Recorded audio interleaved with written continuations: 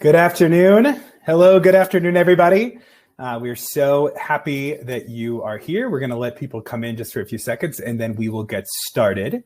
I just want to welcome you. I see a lot of people on the chat saying where they're from. Please do that. Also, why don't you put a yes in the chat if you can see me and hear me okay? And we'll just do a quick test and say, where you're from, and a yes if you can see and hear. We are so happy that you're here.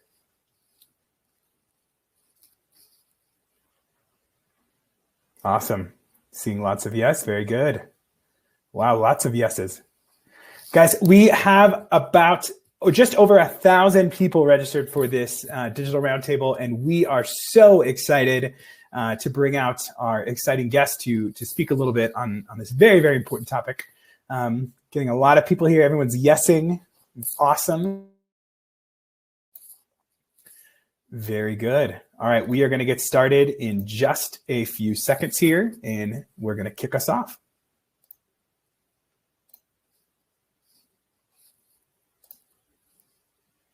Very good.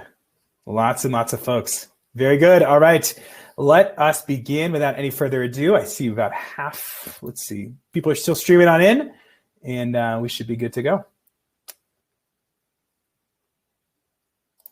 All right. Very good. Well, everybody, welcome. So thank you for being here. We are so excited. This is a digital roundtable presented by Revive Parishes, engaging your parishioners after the live stream ends. We are going to be talking all about engagement strategies. And so I'm so excited to bring out our guests, our Revive experts, to be able to talk a little bit from their perspective and really to answer questions that come up. Excuse me, any questions that you have. This is designed to be a free-flowing activity. So each person is going to talk for a little bit of time, and then we're going to have lots of questions. So that chat is the perfect place for questions. And so you can drop them in there, and we will get to them as we go along. But before we get started, let us get started in a prayer as we begin all good things that our Lord has given us. In the name of the Father, and the Son, and the Holy Spirit. Amen. Let's just quiet ourselves down as we put ourselves in God's presence. Heavenly Father, we thank you for the gift of our lives. We thank you for the ability to follow you. We thank you for our minds, our hearts. And Lord, today we pray in a special thanksgiving for our parishes, our pastors, staff members, volunteers, buildings that we worship in, all of the ministers involved. And Lord, we ask that you would bless those parishes. We ask that you would bless them in a very profound way. We ask that you would fill them with grace. Lord, we ask that you would protect those parishes. And above all, Lord, we ask that you would unite all of our good intentions, our actions to mission, to help other people get to know you, get to love you, get to serve you, and get to experience you in the sacraments. And Lord, I pray in a special way for all of these people gathered today, all these parish leaders from around the country, even around the world. And Lord, I ask that you would bless them, bless our time together, bless our speakers, and anoint this time for your goodness. We ask all these things in your Son's holy name. Amen. Amen. Well, thank you. And welcome again for everybody joining us. I see quite a few folks coming on in to join us. We are so excited that you're here. A big welcome. We have people from gathered all over the country, dioceses all over the country. We have some dioceses in Canada joining us. So excited to be able to come online and to be able to talk. I know for a lot of you, we were just talking before we went live with the presenters about Zoom fatigue. You've been looking at a camera screen. You've been talking to a camera screen for a long time. Take a deep breath. You don't have to see yourself on this webinar. This is just us talking and your questions. So we're so excited that you're here. You won't have to worry too much about that. So we're so excited for you to gather. Very, very excited for you to be here. Now, without further ado, I want to just take a second to introduce some of our speakers who are going to be on the call today. They are here waiting in the green room. My name is Dan Rogers again. I am the CEO, co-founder of Revive Parishes. We're a nonprofit ministry helping parish leaders, and we'll talk a little bit more about that as we go on. But so excited to talk a little bit about engagement and especially reopening our parishes and getting people back to really be a part of the parish community. And so joining us today, Katie Prejean McGrady, author, speaker, Revive instructor. Katie is amazing. She's got a course on Revive all about millennials and Gen Z. She was a teacher, speaker, like I said, with Ave Maria. She does a lot of great stuff. Tim Gomkowski, co-founder of Revive, author, speaker, chief strategy officer, the Archdiocese of Denver. Just wrote a great book. A lot of great stuff going on with Tim on parish renewal. And everybody probably knows Chris Stefanik. He has been doing a lot of youth ministry, evangelization. He's talked to hundreds of thousands of people all over the world about the gospel. And so excited to have Chris join us, really talking about evangelization and parish ministry. Tim is a father, a grandfather now. Very, very exciting. And we're really blessed to have these folks join us to be able to share their insights and to share some great ideas, practical tips about parishes. Before we go any further, I do want to thank our sponsors. If you've heard of Revive, maybe you're a Revive member, you've probably wondered, wait a second, how did Revive become free? It used to cost $2,000. How is it free? Well, these people, these organizations, and these dioceses are the reason why. And so we are so blessed and honored to partner with LPI. They do bulletins, communications, all sorts of great stuff. Our Sunday Visitor, a lot of really amazing products, books, lots of great things that OSV does. The Augustine Institute, the Amazing Parish, Hollow is our newest sponsor. We're so happy to have them. And then if I want to give a special shout out to everyone joining us here, especially from the Archdiocese of Portland, any of these dioceses who are joining us, your diocese has made a monetary investment in your formation using online trading. And so we are so thankful for these dioceses. These are some of the best dioceses in the country who have stepped forward and said, we want to help with Revive. And so we're very, very thankful for them. Now, what is our big question today? What is the question that we are going to be talking about as we talk about engagement, right? So here's the question. How do we engage our parishioners as we plan to move to in-person parish ministry in the coming months?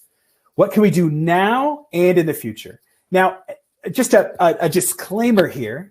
This is not going to be about safety protocols. This is not going to be about how do we go to more people in the pews and things like that. This is about the strategy. So as you know, a lot of folks are asking the question, how do we get people back into the pews? How do we get people back into the parish to begin getting involved in parish ministry? And what can we do today? So this is the question we're focused on, engagement.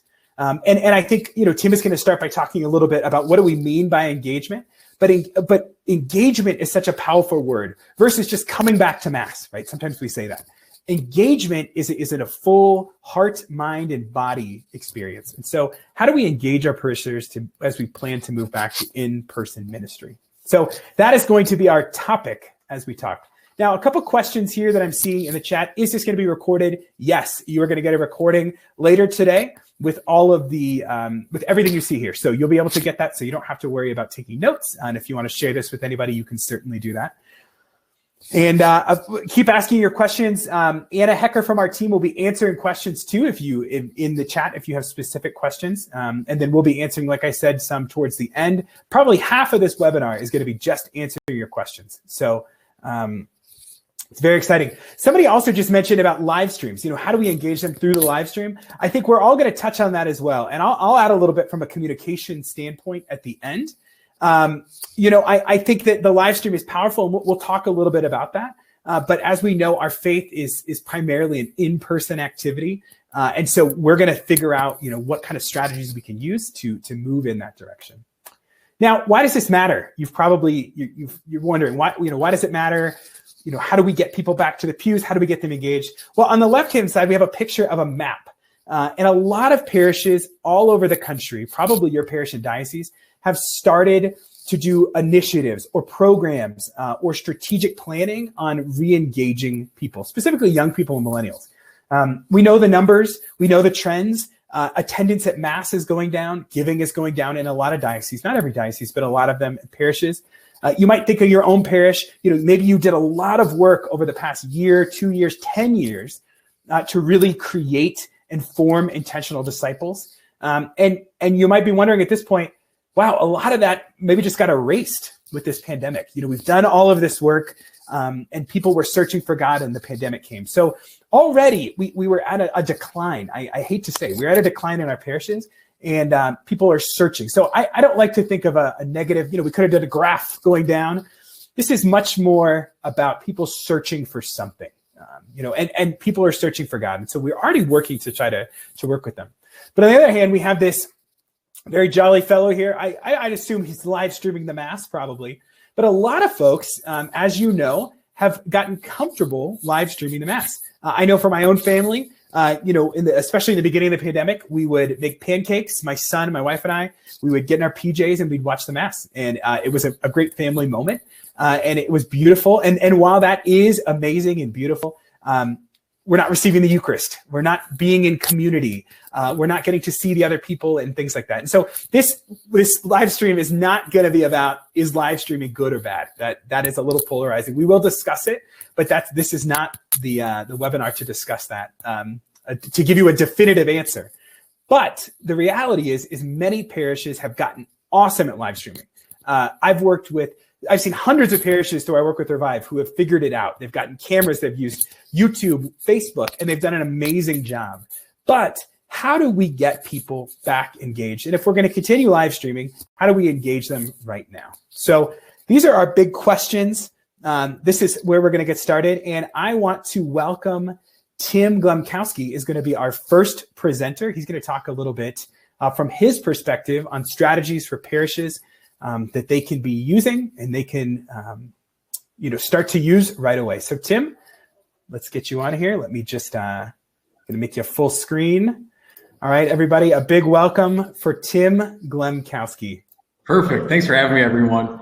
Yeah, so it's a joy to be with you. Like Dan had mentioned, we live in Colorado, my wife and I, and our 3 kids, and I work for the Archdiocese here as the Director of Strategy. So none of what I'm going to share is necessarily, an official, stance of the Archdiocese of Denver or anything, just more my own thoughts and in engaging with our own parish life and talking to our pastor of our parish, who's a good friend, and kind of wrestling with this question that a lot are wrestling with, which is, how do we re-engage people if we've lost a population throughout the pandemic? I know a lot of, places that I've talked to, even outside of our Archdiocese here, it's as much as half still aren't coming back, and kind of the question of why. And so I think in a lot of ways, it's an exciting time to be thinking about or looking ahead to a time when parishes can come back online a little bit and maybe move offline back to some in-person stuff. Again, with prudent, decisions and local ordinances and all that stuff, because that's really what the parish does best, right? Like there's great apostolates and great,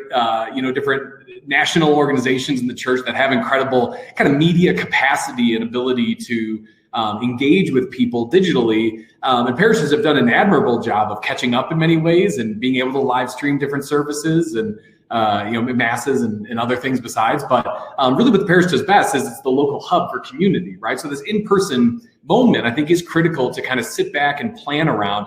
And I hope, I think this would probably go for all 3 of the presenters. None of us are really going to try to share any things that are trying to wag fingers or, kind of say, here's what you should have been doing, or because this has been a bewildering time for everybody, right? And we're kind of all just trying to catch up day in and day out. And many people are, picking up slack for other, there's just a lot going on. So these are just more some thoughts that occur to me. I think really what this question of engagement is all about. It's funny, Dan and I actually have had a lot of good conversations about this, because I'm a big discipleship guy, right? One of the core problems that I've seen for a long time is that we have this very engaged Sunday Mass population that's not necessarily being presented the gospel, the kerygma, in such a way that they can respond with the kind of gift of their entire lives and their relationship with Jesus, right? I kind of have that conviction that that's one of the things that the new evangelization really needs.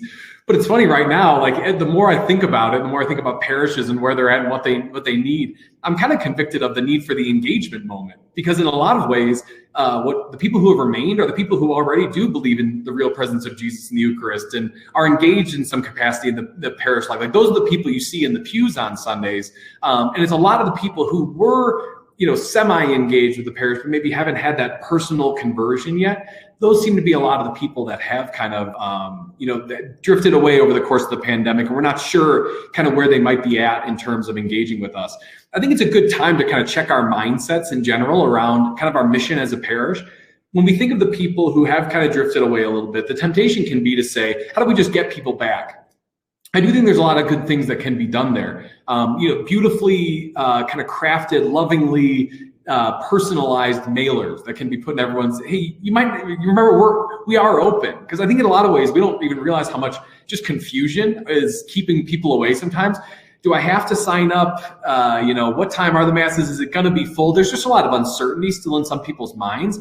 So I think it's like good to just be patient with ourselves in terms of our own efforts, and not be too hard on ourselves, and also not too hard on people, where sometimes it's like, oh, man, I don't know if we have young kids, and I don't know if we can sign up for the 8 a.m. because if one of them melts down, we got to go to the 10. So there's just a lot of questions that people are still asking. So the hope is this, as more and more restrictions lift, locally, that there are more opportunities for people to kind of freely engage, and I hope that people come back. But things that, in personally inviting them back, mailers, voicemails dropped in on people's lines, just in-person calls, different parishioners that you can engage to kind of call people who are already on the parish registration, and just kind of say, how have you been, first and foremost, and then also, we'd love to see what mass do you usually prefer to go to. Oh, I go to that one too. I'm looking forward to seeing you there. Just simple, light touches that can kind of re-engage people and bring them back. I think at the same time, we have to remember, and I hope this moment has kind of confirmed for us, our mission as a parish has always been outside of those just who have registered with the parish, right? It's our local area, and maybe even a little controversial, you could even say, just whoever we can engage with kind of in our area with the message of the gospel. That's always been who we've been called to engage with. And so this is a critical moment to remember people, whether they've left and whether they're going to come back or not come back. Our mission always extends beyond just the walls of our parish, beyond the parking lot, and beyond those who choose to opt in. I think the challenge for us personally might be to look at a little bit at the effort strategically in terms of our parish, and how much we really over-relied on the Sunday Mass experience as our primary engagement opportunity. In a lot of ways, this core of disciples, that's really who the Mass is for anyway, right? It's this, not that other people can't come, but certainly the liturgy kind of presupposes a moment of conversion and engagement and belief in the Eucharist, and it can be a beautiful moment where people also come to a greater faith and a deeper faith and intimacy.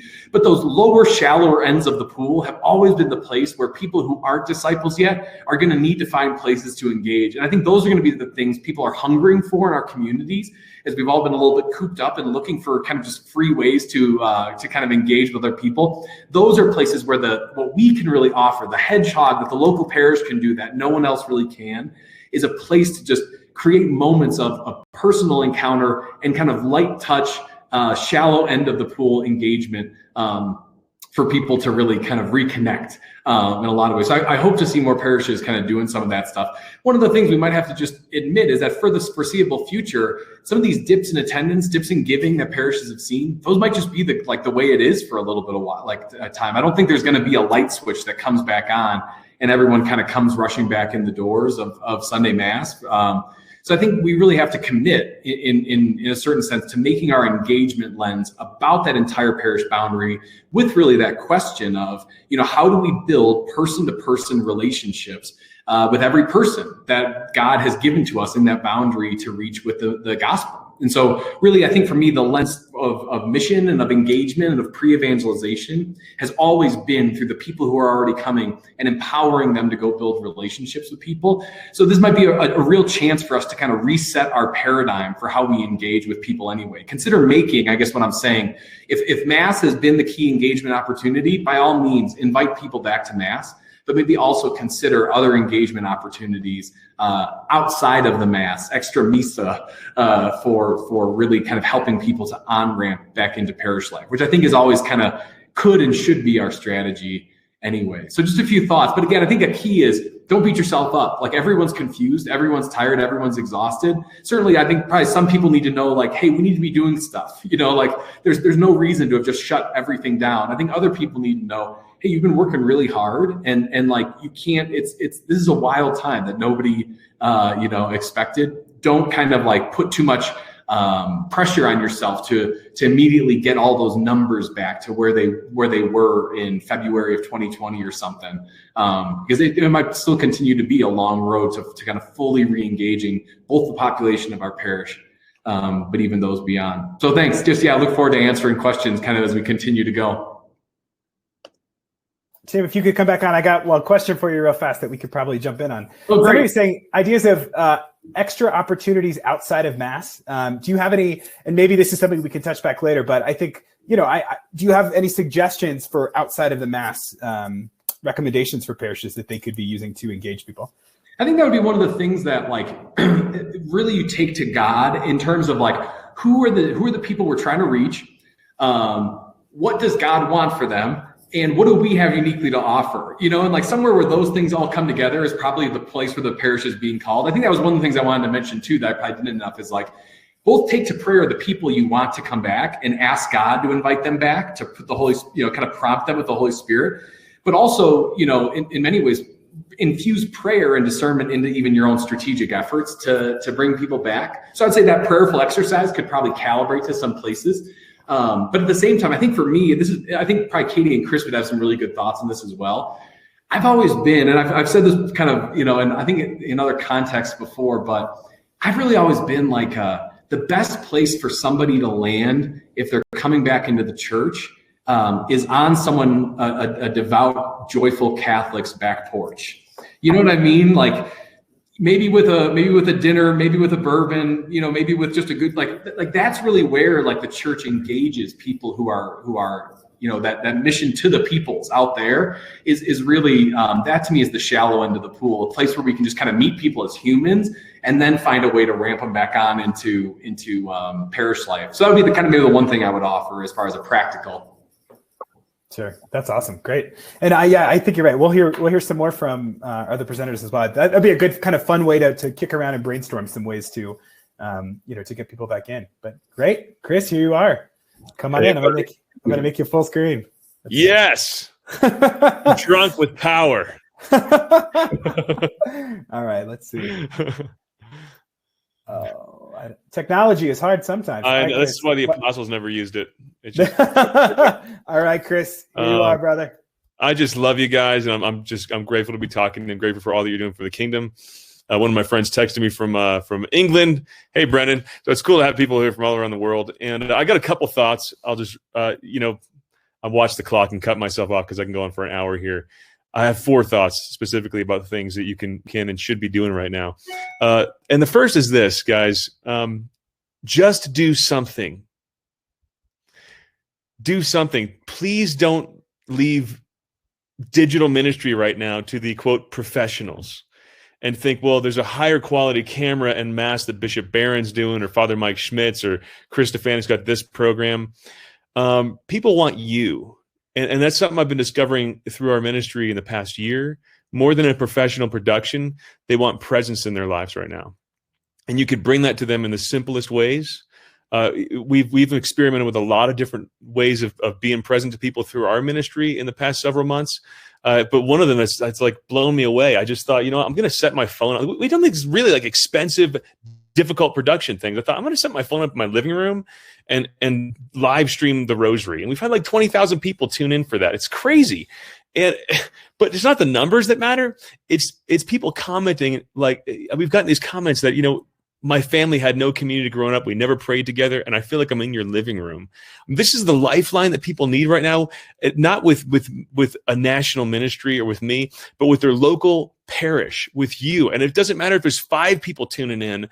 This is who you have to be for people right now. And I want you to be okay with just being okay. I mean, this is a really difficult time. This has been an exhausting year. I had a live events ministry primarily, shifted primarily to a digital ministry. Like you, I'm sick of looking at myself talking screens, but through the difficulty, through the exhaustion, I've had to come to a place interiorly where, I don't know what the heck I'm doing. And we're trying our best to figure this out. If you're okay with that, and tell your people that. Tell your people, look, we're wanting to get everything going again. We're trying to be there for you. Know that we're trying because we love you and we love the Lord and we don't really know what we're doing, but we're trying our best. I mean, the not being okay with that, I think, destroys creativity in the Catholic Church. And I've been in ministry for a very long time, and I've worked with everybody from the layman in the pew who wants to get more engaged in ministry to archbishops. And it's a consistent block to creativity, this perfectionist spirit. Dioceses are afraid to try things because they're afraid their priests will criticize that they didn't do it right. Priests are afraid to try things because they're afraid that their people will criticize they didn't do it right, and people don't feel empowered to try things. If I talk to archbishops, I talk to bishops on a regular basis, I tell them, like, look, tell your people, I don't know what I'm doing. Tell your priests, this next project might stink, but this is a hard time. It's really hard to figure out how to get people back in the pew, and we're trying. So don't lead the way by thinking you have to get it right. Lead the way by just doing something. Takes a lot off to think about it that way, doesn't it? That's my first thought. My second thought, as you're doing something, ask your people to do it with you. All right. I spent 5.5 years in parish ministry. One thing I found consistently is that when I started a ministry and wanted to get it all together and then passed it off to people, people then felt like they were doing me a favor and not doing the mission with me. You follow that? When I started it with people and thought, I'm not going to get this done if you don't do it with me, if I didn't tell them from the get-go, this is not going to happen if you're not doing this with me. This is our shared mission right now. Then people took ownership of it. Right now, more than ever, guys, you need to lean on your people to take ownership of what's going on. How do you invite people back to church? You know what? Gather 50 parishioners who are engaged, even on a Zoom call, and say, hey, this is our shared burden right now.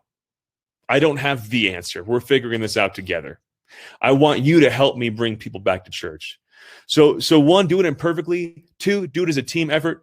3, when it comes to that team effort, here's a specific thing I want to challenge you to do and to focus on, because this is my passion right now. You know, in discerning how to serve the church through digital ministry right now and bring people back, I'm telling you guys, the secret sauce that we're discovering works. And this is not theory. This is fact. This works. It's small group ministry. And some Catholics hear the word small group ministry and think, I have to come to a church and sit on a folding chair that's uncomfortable in my butt and watch a video. Okay. That can be part of it. Okay. But I'm talking about friendship groups. I'm talking about the thing that Tim said with what's the front door into the church? It's your front porch.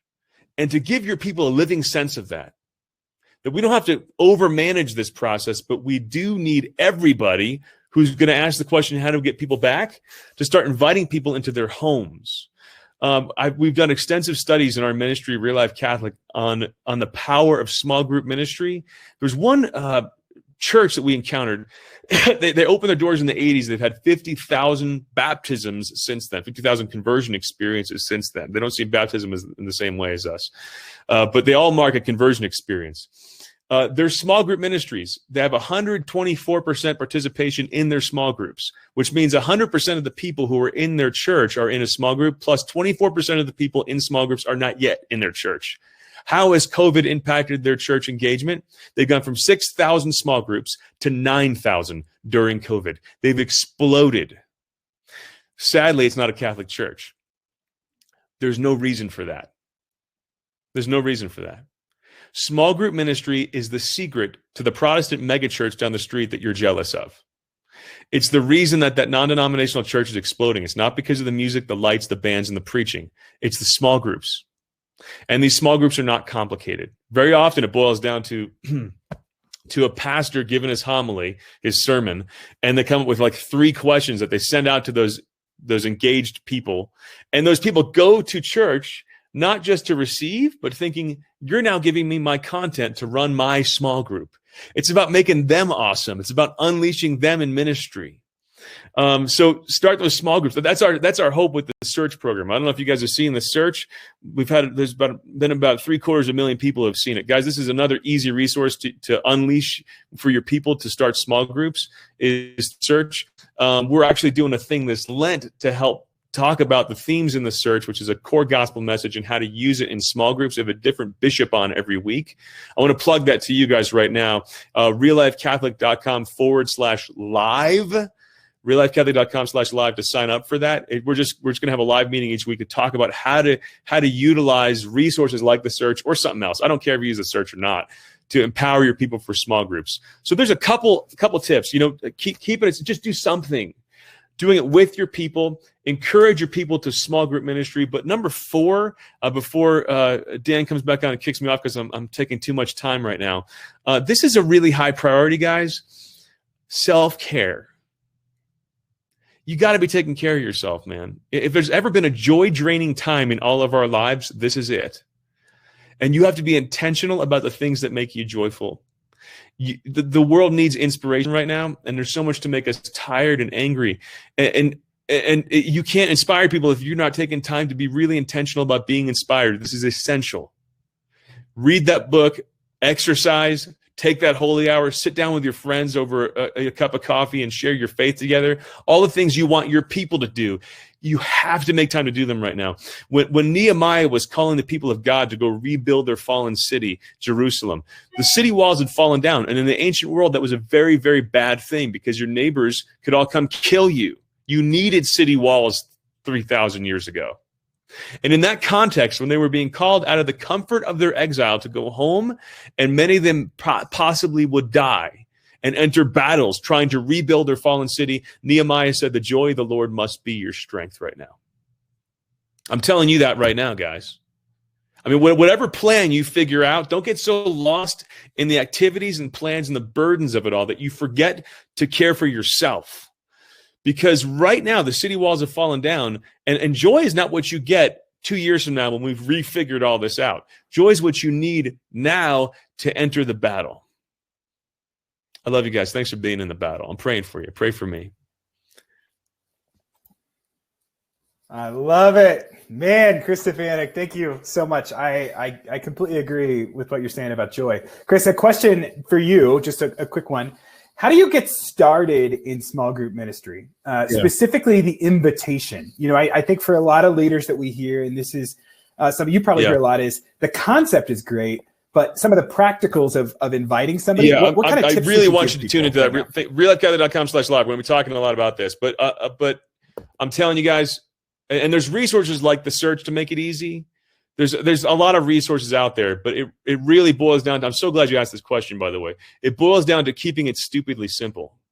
I prefer to call it friendship groups over small groups. It's about becoming intentional about your friendships, becoming holy. So that if you're intentionally meeting, this is something I do. If I'm intentionally meeting them every month with a couple of holy guys and spiritually checking in, that if I meet someone on the fence who's interested, I now have something to invite them to as their front porch to the church. And this is why it's taken off like wildfire at that church I told you about that went from 6 to 9,000 small groups. It's because you have 6,000 clusters, and they're not being overly aggressive about inviting new people in. Each one of these groups maybe invites one new person a year. But when you have 6,000 groups, guys, that becomes a whole lot of converts. You know, even if it's each group inviting one new person, you don't want to overpressure. Like, it's super intentional. What's the purpose of this group? Here's how many you have to be disciple-making groups that make disciples. Okay, that's all important, right? But sometimes we get lost in the language and the practical experience of it for our parishioners. We don't need to give them a binder this thick and train them to be master catechists. We have to, and that's, again, these are great ideals. I'd like to bring more people to that level where they're Navy SEALs. But first, we have to activate the entire army of the people of God by saying, just be friends. Invite your friend over. There's one resource, we're producing a lot of resources about how to do this, but one of them, my buddy Ryan Lovett created, and he said it's the spicy Cheetos plan. Step 1, go to the store and buy some spicy Cheetos. Step 2, invite your friend over because, hey, I have spicy Cheetos at my house. I don't know, like, come on over. Let's just hang out and eat. And then 3, spiritually check in. I mean, really, like you can be. I have for my own friendship groups that have transformed from just hanging out to being spiritually intentional. It's come down to saying, guys, let's meet once a month, spiritually check in, and just say how you doing. Let's report to each other how we're growing in the Lord. Now, people who aren't as into this need more help from resources like the Search or official Bible study. But the further you get into this, the less I even want resources. I sit down with my friends and we check in and we're gut level honest with each other. And so what's going on in your life as you journey with the Lord? And then the second question, how can I pray for you? And it's transformative for me to have that in my life. But your people need a nudge, and they need to see that as part of the plan. Guys, I don't know how to bring the world back to the church, but I need you to start this, because I can't just sit in the church and invite people back and expect them to come. So I love that. I love it. I love it. I think it goes right in line with what you're saying, Chris, about you got to do something. And I think you're right. The perfect is the enemy of the good. I think for so many, parishes and leaders, and I love everything you said. Great. Thank you so much. thanks, buddy. Yeah, you bet. All right. Let's bring on Katie. All right. Katie Pajama-Grady. Let me get you full screen. Is it working? Yeah. Am I here? Can you see me? Awesome. Hi, guys. So I'm just full disclosure. My toddler is home from school. She got home about 10 minutes ago. So if she busts into the room, you'll get to say hello to little Rose McGrady. I'm happy to be with you guys. So I'm down in Lake Charles, Louisiana. The rest of the crew's up in Denver, but I'm down here and it's much prettier here. I think we've got.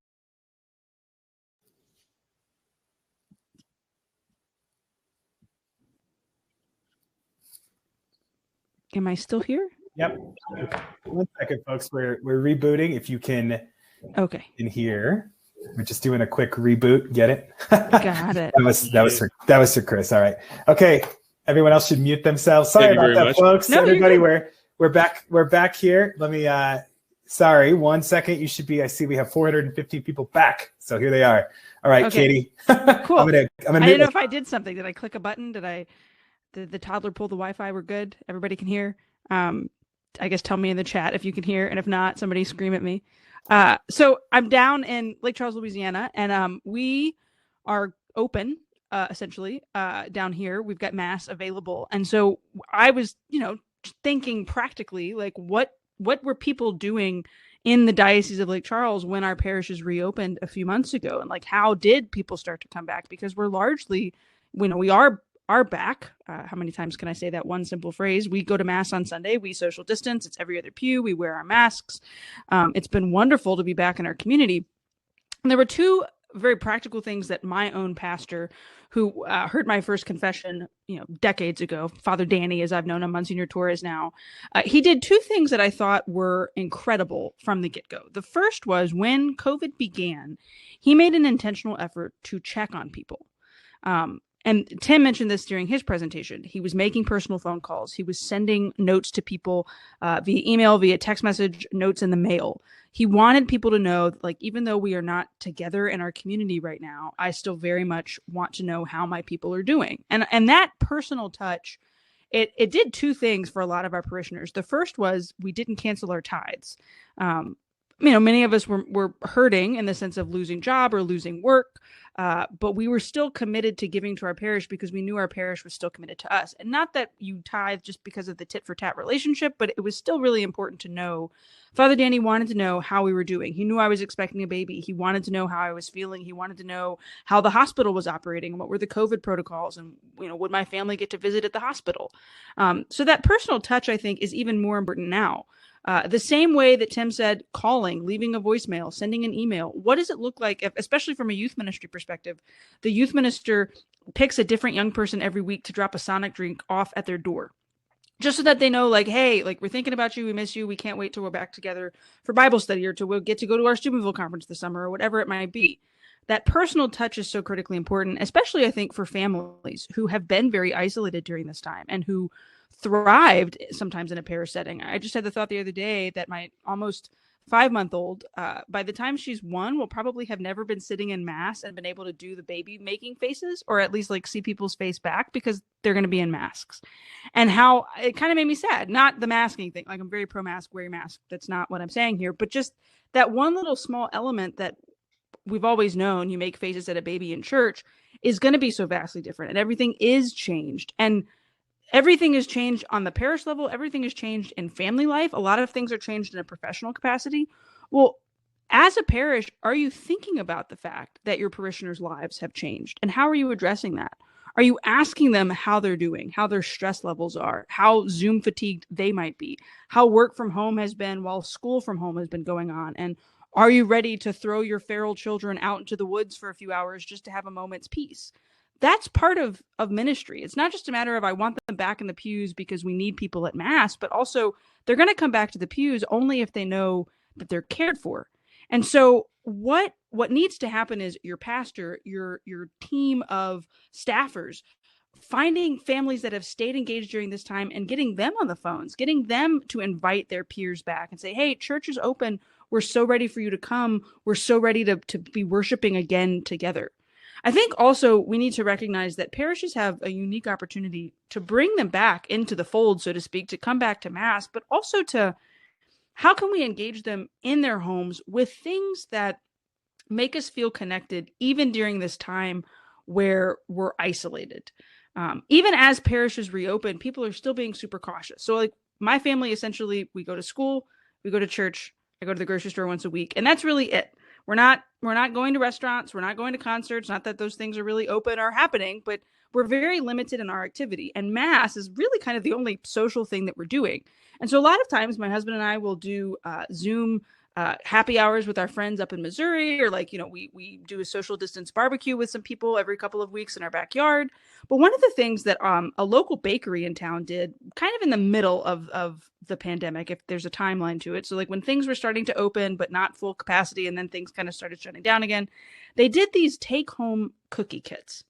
And I loved this because everybody loves cookies, right? And everybody wants to decorate cookies with their kids. So there were these take-home cookie kits for the beginning of the school year where you picked it up. It was like $15. It came with 10 cookies and some icing. And then there were instructions that you decorate the cookies, obviously, with your family, and then post them on your Facebook page with a hashtag. And everybody would see all these different decorated cookies and could vote on their favorite ones. So 2 things happened. 3 things, really. The bakery got business. We all got cookies. And then there was this cool connection thing that happened where you saw all these other families around town decorating their cookies. Well, what would it look like in our parishes if we bring people back into the pews? We bring people back to worship where we're called to worship, which is in community. Live streams are great, but actually with one another, hearing our voices and receiving the Blessed Sacrament and being unafraid to gather together.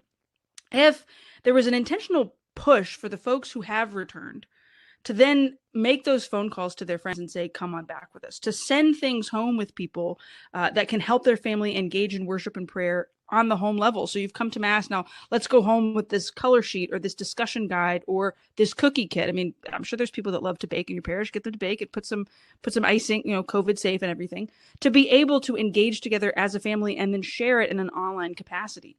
It was something purely secular, cookies and hashtags, but it made our family feel connected to the greater Lake Charles community. So the personal phone calls, doing something fun and engaging beyond simply like come back to Mass, but hey, come back to Mass, but also like let's do these things together as a parish community, apart yet together. The other thought that kind of keeps coming through my mind is that, and I'm sure you've seen the memes and the things joking about this, but like everybody is so desperate for precedented times, almost to the point where like we're fatigued about even talking about COVID, right? Like you came to this webinar because you're looking for ways and strategies and things to do that can make it better and can make it easier to bring people back. But the reality is, like, when a parishioner shows up to church on Sunday, that's the home for them. They've come to worship. They don't necessarily want the message to be, buck up, we'll get through this. They want to hear about sacred scripture. They want to hear what the gospel means, not just through the lens of COVID, not just through the lens of these unprecedented times. They're desperate and hungry for learning about the faith again. So what are some creative ways to get our messaging on track about how to pray? Not just how to pray during COVID, but just like how to pray. Not just we can all survive these difficult times, but like, how do we just live joyfully, period? Not to say we erase COVID from the messaging, not to say we avoid the pandemic, because there's deep suffering that's happening, and it's important that we acknowledge that and that we maintain the safety precautions that are necessary. But on a wider scale, how do we expand our messaging beyond the past 11 and a half months of this is our reality, to help people recognize that there's still so much to life? There's still so much opportunity to read scripture, to engage in worship and prayer, to have conversations about what we're doing with our families, how we're helping our kids learn about this, that, or the other when it comes to our faith. I think my sister and I got into a debate about this at the very beginning of COVID. She made kind of a passing comment, and I should qualify this. My sister's a canon lawyer, so she thinks about church stuff a lot.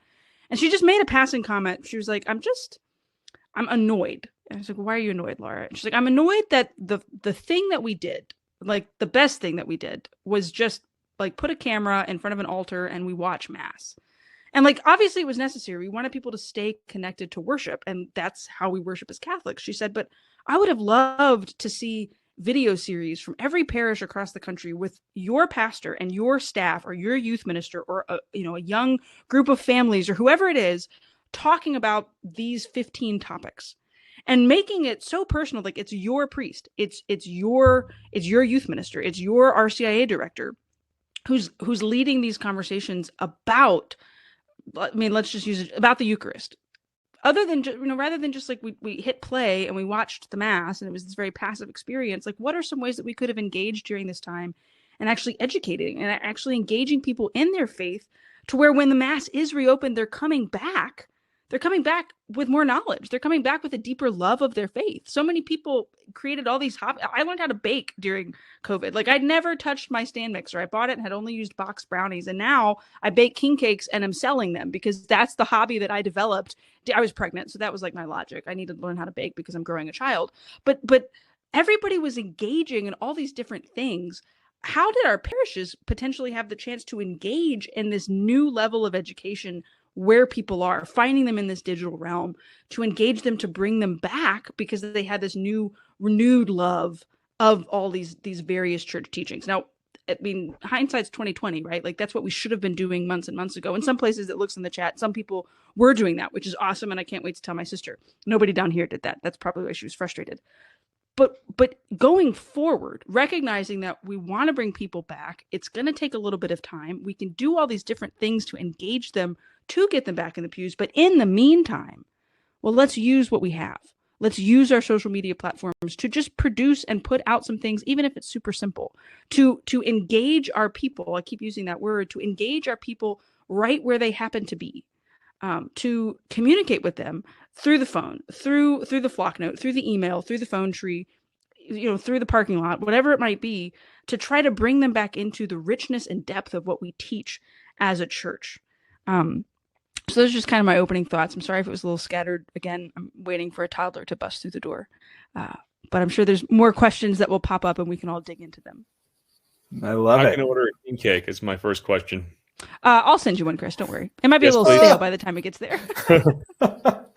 That's awesome. Thank you, Katie. I've got some questions I'm writing here, but I think it'd be best we all come together and we can jump on in.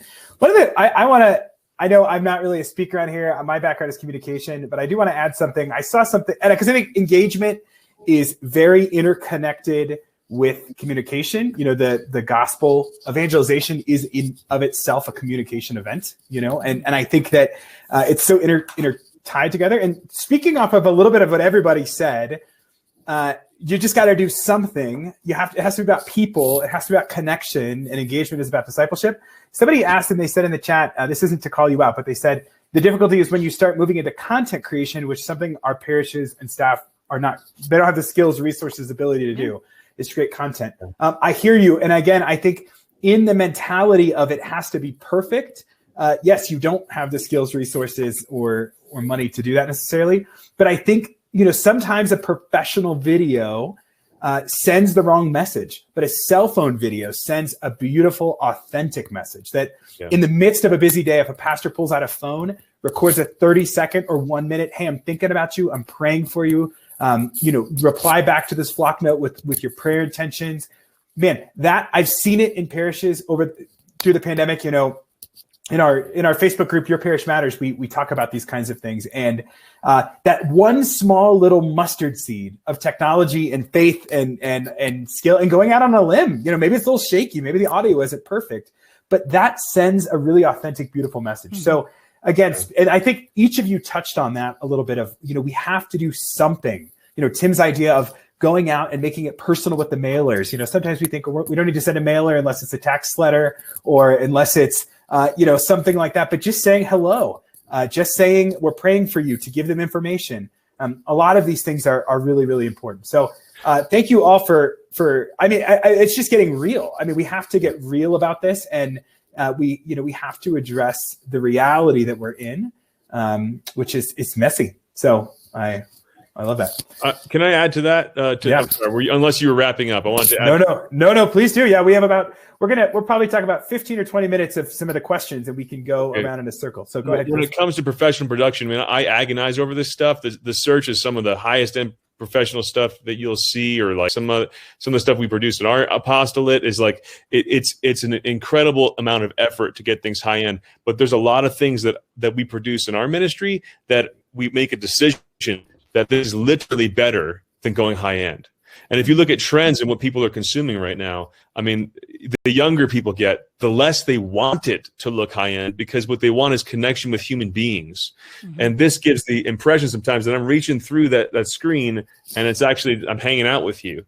And as far as what people watch, even talking off the top of your head, I mean, some of the most viral things you're going to see on TikTok now that younger kids are watching, it's not rehearsed.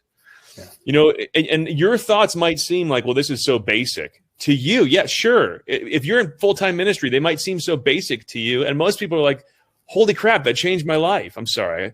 I mean, oh my gosh, that changed my life, right? I can't tell you what network this was. I know it, but this is confidential information. But there's a couple Catholic TV networks in the United States. One of them isn't even that huge. And one of their executives, one of their board members, works for a major TV network that if I told you the network, you would know immediately, oh yeah, it's one of like the 4 biggest ones. The TV network guy said, okay, we have a problem. You guys, and by the way, this Catholic TV station, just in a certain part of the country, you guys outrated us in our national broadcast. What's going on? And they were looking at the times that this small Catholic TV network was getting more viewers than this national news agency. And every time it was during a devotional, which blows my mind, because this is not what I expect. I expect like it must be during when they're airing The Search with Chris Stefanik, because that's beautiful and took us a lot of time. And no, people want to connect. And if you're leading them in prayer in the midst of the insanity in the world right now, we're like, just keep it simple. Yeah, that's Chris, I can't agree more. I think, like one of it's a probably a bad example in some way, but it's the barstool sportsization of media in some ways, right? There's all these, these different websites that are going for authentic over just like highly produced. And I think you're right. I mean, even for me personally, I'm much more likely these days. There's so much information, and like, yeah, if I could join someone praying evening prayer, I would do that. You know what I mean? I'd sit down with my breviary and father, and we could pray evening prayer together. It doesn't have to be, the perfect talk with the perfect everything and the perfect lighting. And it's got authentic, I think, beats anything right now. Yeah. One of the first things our parish did in March was literally Jesus in a pickup truck. The pastor mapped out our entire parish area and put Jesus in the back of a pickup truck in a monstrance, and the 3 red trucks would drive the route. It would take 9 hours on a Sunday. He'd start at noon. He'd finish at 9 p.m. And it was basically just, roving adoration throughout the town. Our street was one of the second to last streets. So we would just like sit in our yard and wait for Jesus to pass by for 30 seconds. And it was one of the most profound things to know that like he wanted to connect with people where they were. We were in our homes. That's where we were. So a ton of people, after this was all done, they were like, okay, wait a second, Mass is open. Are you still going to continue driving Jesus? And he said, well, no, now you can drive yourself to church. And they've made a bigger adoration chapel, and they've made an intentional point that now we're the ones that can come to him. And again, with the phone calls, calling people, he knew that we were in our yard at 9 o'clock on a Sunday night waiting for Jesus to come by. So he called us and said, hey, we have this holy hour. Would you be open to taking it with your family? My life is too busy to really fit in a holy hour right now. And I think Jesus is okay with that. I've got 2 kids under the age of 3. I work, like life is crazy. But he called and he invited me. And I said, yeah, you need me. Like that needing, that feeling like I'm a part of this community and you need somebody to take this holy hour. And this is going to become a priority. I think we're very scared as church to ask, because we're expecting it to be a no. Let's never underestimate the power of some good Catholic guilt, as well as the fact that people want to feel needed and included in their parish. So, I'm seeing in the chat some different people saying like, how do we do this, or how do we go about it? Or we want it to be good, not just authentic, but actually quality. The best quality thing that you can do is that personal invitation, or to enlist the families that you're seeing that are there on Sunday. Ask them to call 5 or 6 people to welcome them home, or to figure out, okay, well, what's keeping you back? Can I answer any of your questions? Can I let you know what our safety protocols are, so that if you are worried, like, this is how we're doing it. Don't underestimate that personal invitation. That's what I was going to say, Katie, is like, I think sometimes the tendency in parish life can be to put too much of the burden on the parish staff to do it. Mm-hmm. And then the parish staff get frustrated and then they don't want to do it because it's all being like, and then nobody's doing it. It has to be, if we're going to engage with people, we have to find a way to do things to empower the people who are already coming to do it. Or like one, I just don't think that's even like, I don't think it's an effective model, but I don't even think it's like, I think it has to be working through the people who are already coming to be that engagement force.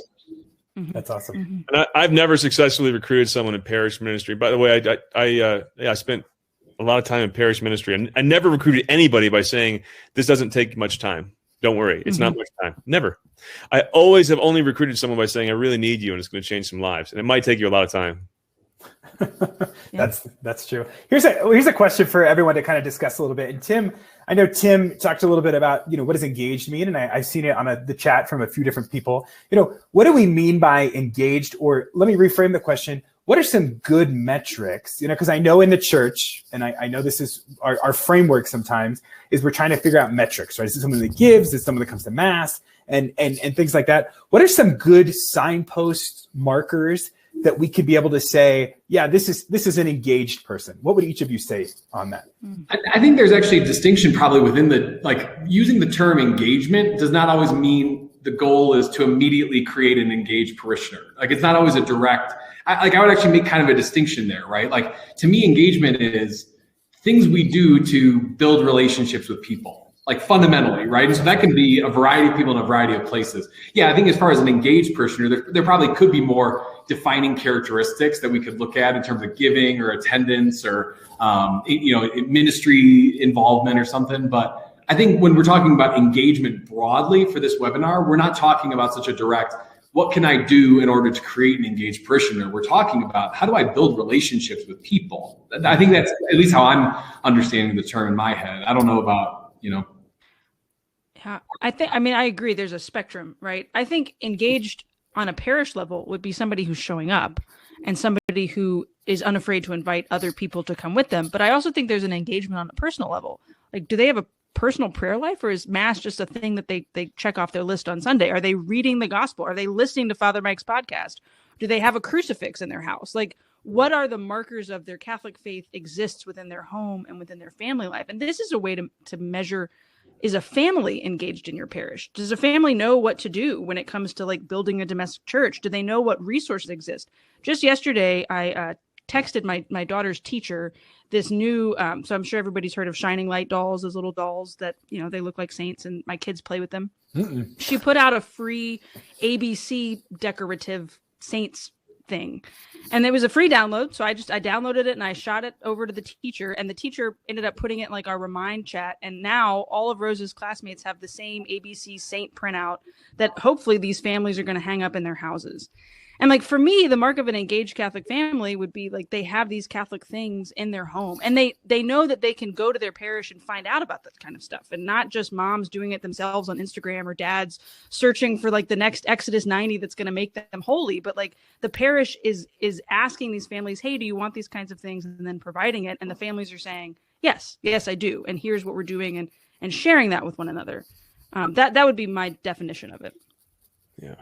And I would say to set the bar even like maybe lower than my friends here, people who are willing, I willing and people also who, wouldn't scare people away from whatever ministry you're inviting them to help with. That's kind of key, but I when I started in parish, I was in parish youth ministry for 5.5 years.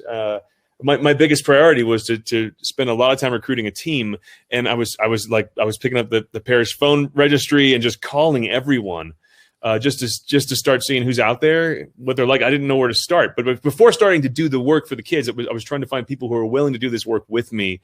First and foremost, I was going to pour into them, and a lot of them weren't well formed. But the kind of person who in this day and age is saying, yeah, I'll go next level and doing something for Jesus, that's kind of special nowadays, and they learn by osmosis. A lot of these people, I couldn't teach them the principles of ministry that they would then implement. I just gave them, here's what you do this week. When you start a small group, here's 3 questions you ask.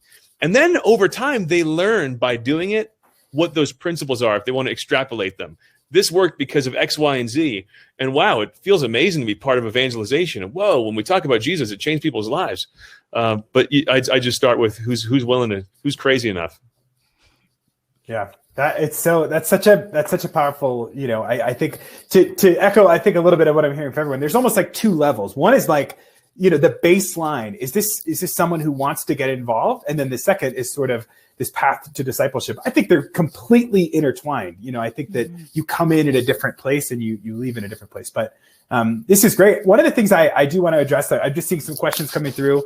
And my next question for you guys to start thinking about will be a little bit about self-care. So ideas for self-care. We'll get to that in a second of if we're ministers and we're giving it to other people and we're on the front lines, we need that. So I want to get to that in a second. But one of the things that I'm seeing is a lot of people about media technology, and I think for engagement, to measure engagement and also to promote engagement, you have to invest in communication. If you don't have Flocknote, you have no excuse. It's $100 a month. Get it. It's amazing. Like the technology, the cost has come down. I just pulled up a study from Pew Research on my other screen here. 92% of adults have internet connected high-speed broadband. 92%. So I think sometimes there's a myth in our minds, and this is just the perfect on our shoulders, talking in our ears saying, well, wait, our people don't have email, or our people don't have cell phones, or no, it says here 77% of Americans in 81% in 2019 have a smartphone. That's huge. That means you can access the internet on your phone wirelessly. So your people have internet connections. Just because you don't have their email address or phone number doesn't mean they don't have it. So I would just encourage you, do a sign up Sunday. Say, okay, everybody, we want to stay connected with you. We want to be a part of your life even more. We need your best communications and things like that. But I just want to remind everybody, you have to have a connection with your parishioners outside of just seeing them at Mass. This is an important way to invite them. It's an important way to get people to sign up, to see who's willing, as Chris has mentioned, but also to send, encouragement and personalized pieces like that. So there's a lot of, and we'll talk more about communications, but I think that that's very, very important.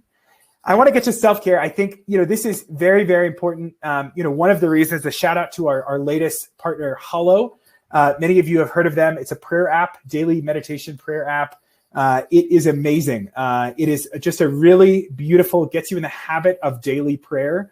We can, on Revive, we teach all these great things about skills and training and ideas, but if you're not praying, they're useless. All of the things we can teach you, all the things that we're talking about in this webinar right now, if you are not having a daily habit of prayer as a parish leader, it's useless. You can't give what you don't have. And so prayer is so important, but it's also intimidating.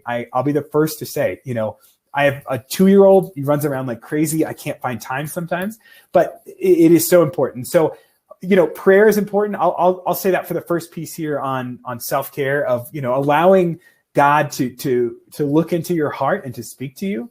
And we're going to offer a very special offer for everyone in a few weeks for Hollow to get a trial to be able to start using that and give it a try and see what you think, completely free for 30 days. So look out for that email soon. But guys, what do you think on self-care and ways we can do that? Urgent priority. It is not what you get to. Listen to me, guys. This is not what you get to when everything else is done, because it's never done. Okay, you don't. The floor is dirty. It's always dirty. The dishes have to be done. There's always new dishes, and a million emails are in your inbox, and they are always going to be until you're dead. And you have to I'm juggling, and I'm going to walk away, and the balls are all going to hit the floor, and maybe someone will get mad at me. But I'm going to pray and work out and go on a bike ride and play a game with my kids, because I have nothing for you if I don't. And I moved saying this.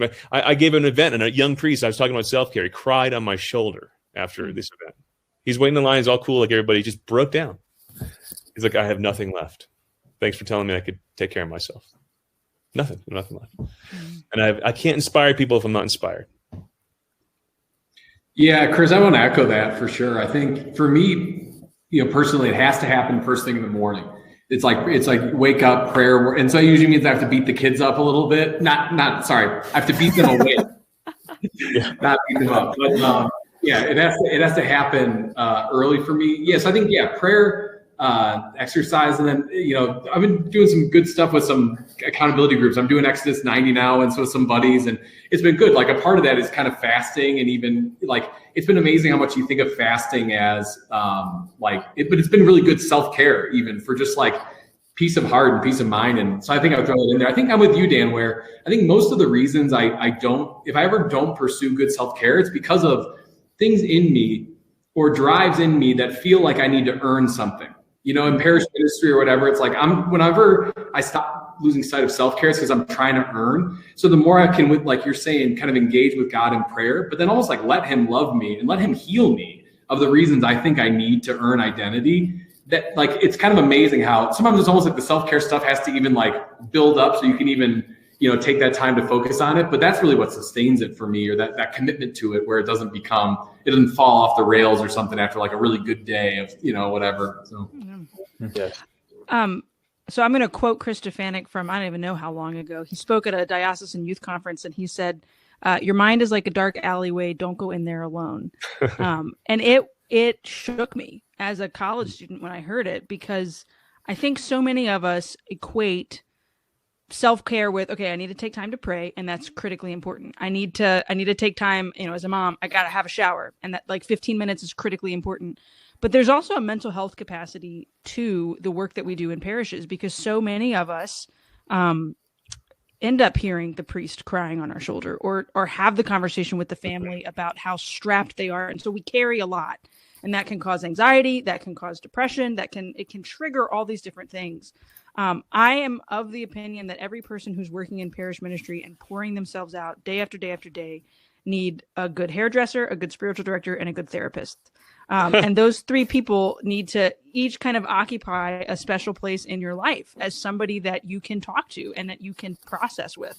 My big encouragement for self-care would be, especially in a year as traumatic as 2020, and that's not exaggerating. It was a traumatic year. Like, feel how tense your shoulders are, how dehydrated you've been, how you haven't been sleeping well. Like, all those things can be processed with a professional that can help you think through triggers to your anxiety, and so ways to cope. So like for me, one of my main self-cares or coping mechanisms is when I start to feel that anxiety and that stress and everything's falling apart and I don't have time to pray, or if I am praying, Jesus doesn't want to listen to me anyway, because your mental health can definitely affect your prayer life. I can immediately sit down and list 3 things that I'm grateful for that are right in front of me. And that kind of recenters and regrounds me. Like, that's a self-care practice that I learned in therapy.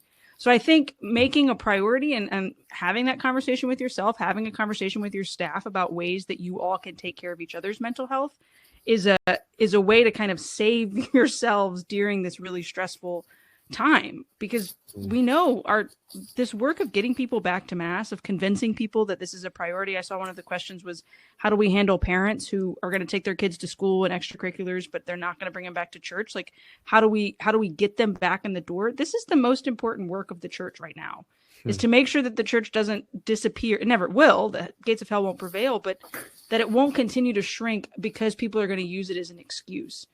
That's hard work, and hard work requires you to reset from time to time, and don't be afraid to give yourself permission to do that.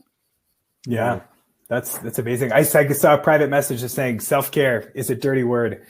Guys, let me just remind everybody, Jesus practiced self-care. He went alone, far away from everybody else to pray, and he's God. Okay. You're going to have to practice self-care. Like any parent that knows, I mean, I sometimes end up working the whole weekend and I have a bad week the next week.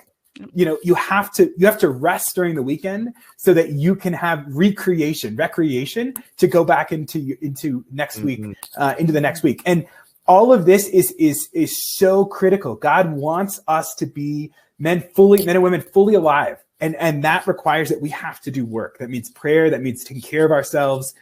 And when we can live in that, that's when everything changes. I would encourage anyone to follow on Instagram, Reform Wellness, if you haven't seen it yet. Just amazing stuff. Jackie Mulligan is an amazing resource for lots of people. Reform Wellness. Anna will put that in the chat. Just lots of great practical tips about mindfulness, prayer, and really just being a person fully alive. And so don't be scared of that. We got about 20 more minutes left on the clock here. Let's answer one more question. I want to jump in on this one. Lots of people have asked about live streaming, and I want to present this in kind of pros and cons. I don't think there's a perfect answer. I'll just tell you right now, if you were looking for the experts to tell you if you should continue doing live streaming once parish is open or not, I think that's a discernment. This is a real discernment piece. And so let's talk about some of the pros and cons of live streaming. Continuing the live stream, especially once our parishes, get back to, and again, we don't know when. It could be 6 months. I hope not. I mean, it could be 3 months. It could be 6 months until we can open up our parishes to more capacity. But what do you guys think? Pros and cons of continuing the live stream even when we don't have to anymore? That's the real question. I think as long as you're clear that this is not like not fulfilling your Sunday obligation, not the same as coming to Mass, then what the heck, keep it going. I mean, the some of the most popular things in Catholic TV programming are live masses because of the homebound. And I'm telling you, your homebound in your region are very important people, and they'd rather be watching your parish than someone they don't know from a professionally produced video somewhere. And then there's people also just checking you out. And then maybe they just want to pray in a way that's not all highly produced, but and they've been introduced to this. Let's keep them on the hook. Yeah, I think it'd be almost interesting. My theory would be, even if you ended it, it wouldn't significantly. It's not like there's all these people who are like, well, I would be back in Mass now that the obligation's back, but instead I'm going to stay at home. That's like my theory. It would almost be interesting if there were two pastors who were friends and their parishes were close to each other to like A/B test it. One of you cut the live stream and one of you keep it going and see if there's like a real, because I think you're right, Chris. I think there's a possible positive impact for both homebound, but also people who are inquiring. And I think it's a good chance then for maybe a homily series or the priest to just kind of like mention or even preach a few times, like, hey, the church, especially as as regulations go away, like the church is called to gather. We are a community, and to really like powerfully state that message positively instead of just hoping that cutting off the live stream brings them back or something. I'd rather like propose, the reason why we gather in person and why there's actually like impact and power in that. I've actually seen a few priests do that. Like, hey, we know you're at home right now. We love this, but like, we can't wait to be back here because this is where this is the point of all of it. And to me, that's like, awesome. Boom, like there's the message. And you've covered your bases then for anyone who might be, I don't know.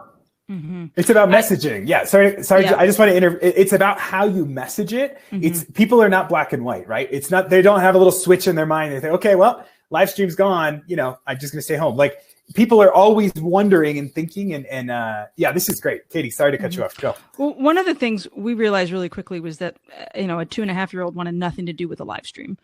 So it was actually more stressful for Tommy and I to watch a live stream Mass as a family. So we decided to kind of pivot, and we would watch Father Mike's Mass at the end of the night, mainly so we could hear the homily. He's a friend. Like we wanted to connect with him in worship. But then during Sunday, we would just read the gospel with our daughter. We would print out a little color sheet, try to talk about it, domestic church, our Sunday worship. Well, I mentioned that to our pastor, who then decided that they created these little, printable at-home worship kits for families. So we would tune into the live stream, and he would mention in his homily, like, hey, kids, pull out your color sheet.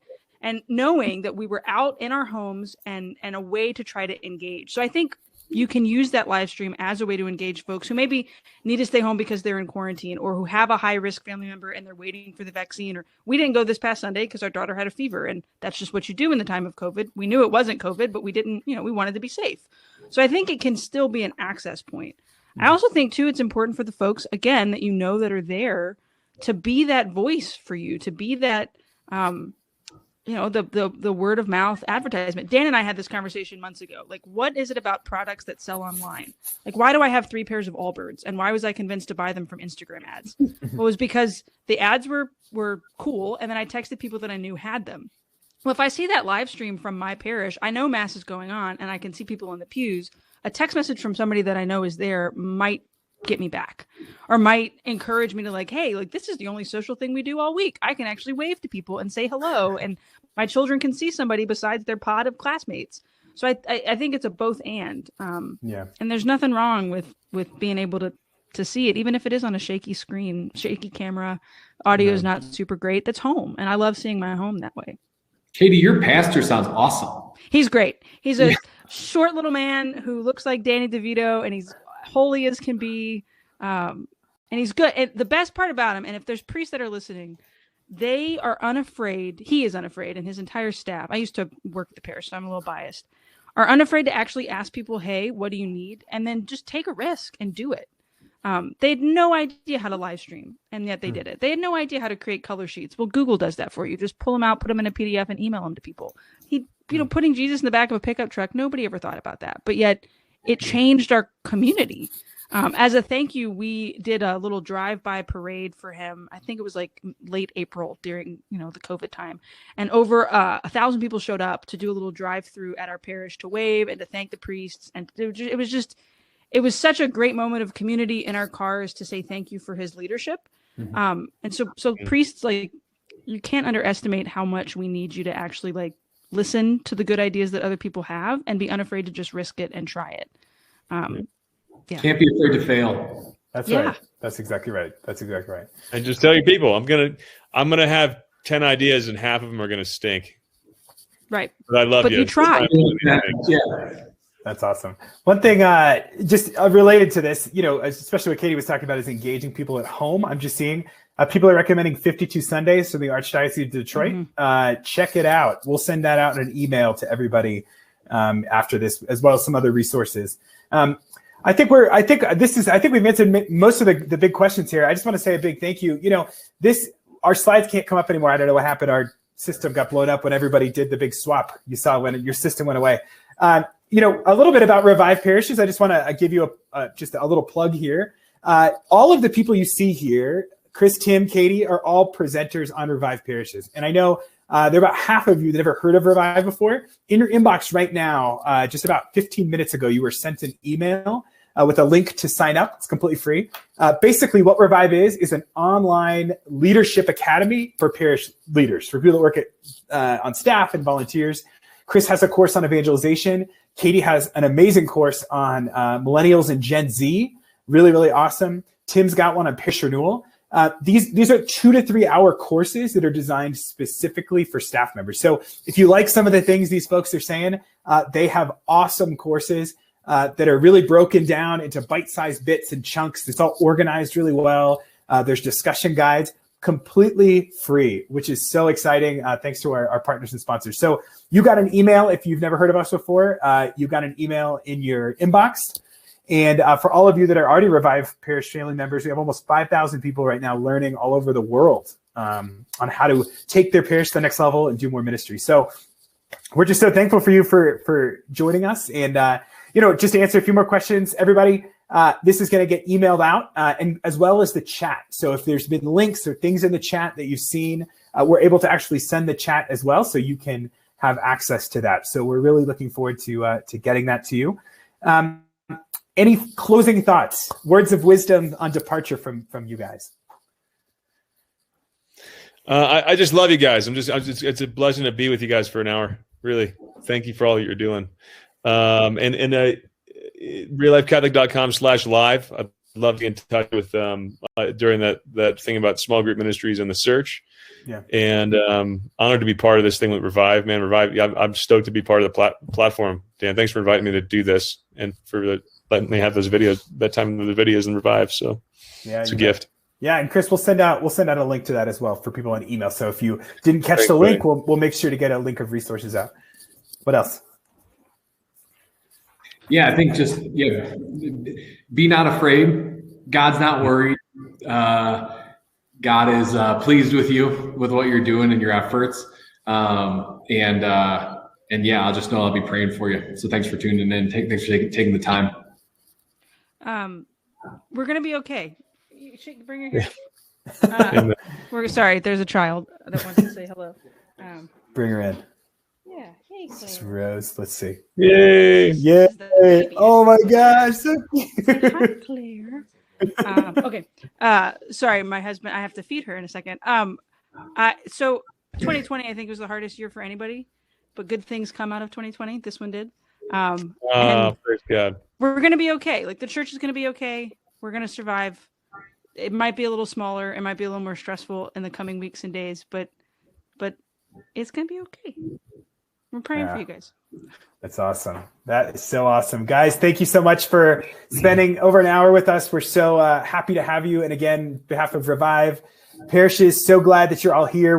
We got your back. Our mission is to just give you tools, resources, and love and support. In any way we can do that, let us know. We are here for you. We exist for you. And so we're so happy to partner with so many of you. And thanks again for tuning in. You'll see an email very soon with more resources and a link to the webinar. But thanks again. God bless and have a wonderful afternoon. Take care. God bless you guys. God bless.